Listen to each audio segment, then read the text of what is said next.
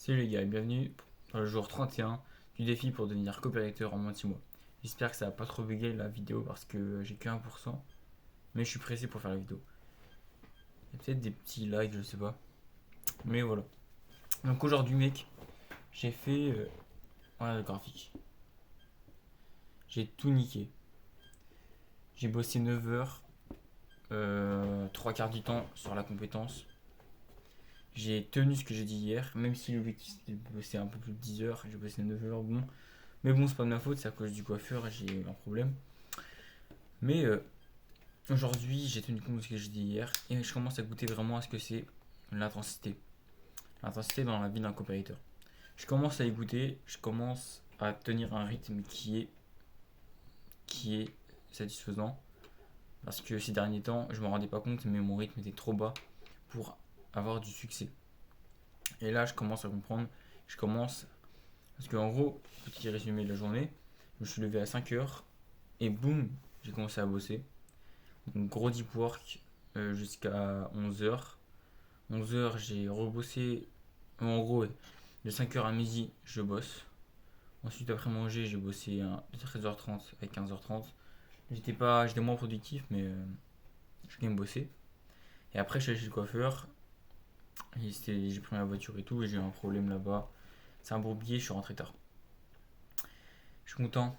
Il est assez tôt, mais je dois me coucher. Il est 21h, il me semble. Mais je dois me coucher parce que si je veux me lever demain, voilà. Mais ce qui me fait chier là, c'est que j'ai de la famille chez moi. Il y a des gens que je vois pas beaucoup. Et honnêtement, mec, j'ai pas envie de me dormir là parce que là, j'ai un dilemme. Là, il y a quelqu'un qui est chez moi et on l'héberge, tu vois. Quelqu'un de la famille. J'ai pas envie de dormir. Mais, qu'est-ce que j'ai dit hier? J'ai dit qu'il fallait que je fasse des sacrifices. Donc là, en soi, c'est soit je sacrifie mon sommeil au risque de pas me réveiller et de sacrifier ma journée, soit je sacrifie un moment de famille. Tu vois, c'est ça, c'est des sacrifices. Réussir, c'est juste une sorte de sacrifice. Si t'as rien à perdre et si la motivation à l'intérieur de toi suffisante, bah c'est sûr que tu réussis. Maintenant, si t'as rien à perdre et que t'as pas la motivation, tu réussis pas. Et si t'as la motivation mais que t'as trop de choses à perdre, tu réussis pas. Et ces derniers temps, je me suis pas rendu compte, mais je sacrifie pas assez. Voilà. Encore, tu vois, ça allait, j'étais un minimum productif parce que j'étais en vacances, du coup, j'avais quand même beaucoup de temps libre. Mais là, avec la rentrée qui arrive, je vais devoir faire des sacrés sacrifices. Et c'est ça, mec, le monde dans l'entrepreneuriat.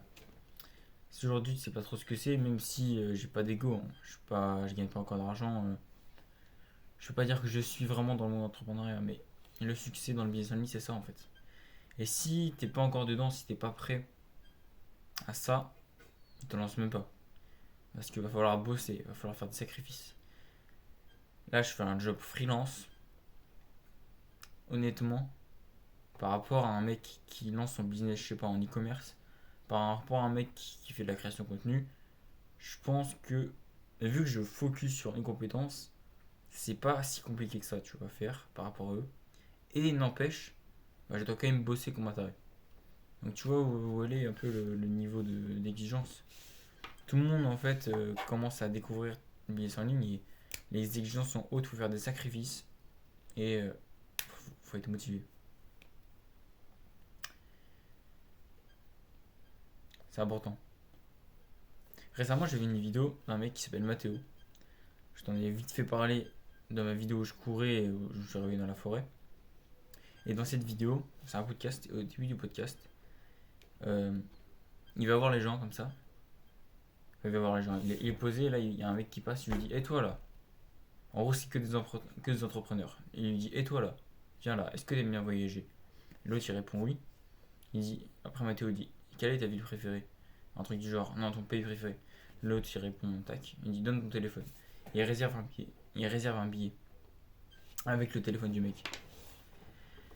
Et ça, en fait, je confrontais à un autre dilemme, du coup, c'est est-ce que je fais pareil? Est-ce que je porte mes couilles et je commande un billet à Bali? Je t'en parle, mec, parce que je sais pas à qui en parler. Simplement parce que mon entourage, bien sûr qu'ils vont dire non. Je pourrais en parler ouais, à des gens qui font du business. Mais je pense que c'est une. C'est une veine ça. Je pense que c'est une décision qui se prend seule. Mais voilà, tu vois, dans ma vision, j'ai marqué quoi? J'ai tout juste 19 ans, je suis assis sur un fauteuil confortable au bord de la mer à Bali. Ça, c'est la première phrase de ma vision. Ma vision, elle est claire et je suis sûr de vouloir l'atteindre. Sûr et certain. Maintenant, c'est au niveau du temps. J'espère que. Enfin, en tout cas, si tu regardes la vidéo jusque-là, t'as un bon. Et j'aimerais te faire interagir un peu. Parce que j'aimerais avoir ton avis là-dessus. Si je sais qu'il y a des gens qui sont vraiment chauds qui regardent ma chaîne, je sais qu'il y a des gens qui font du business et tout. Donc déjà, si tu regardes la vidéo à ce moment-là, n'hésite pas à me mettre dans les commentaires déjà, est-ce que toi, tu as déjà été amené à choisir un tel dilemme? Est-ce que je t'ai déjà posé la question en tant qu'entrepreneur et que me conseillerais-tu? Voilà, je pose ça là, moi je vais aller dormir ou alors voir la famille. Enfin, dans tous les cas, demain, lever 5 heures. On se retrouve demain, mec.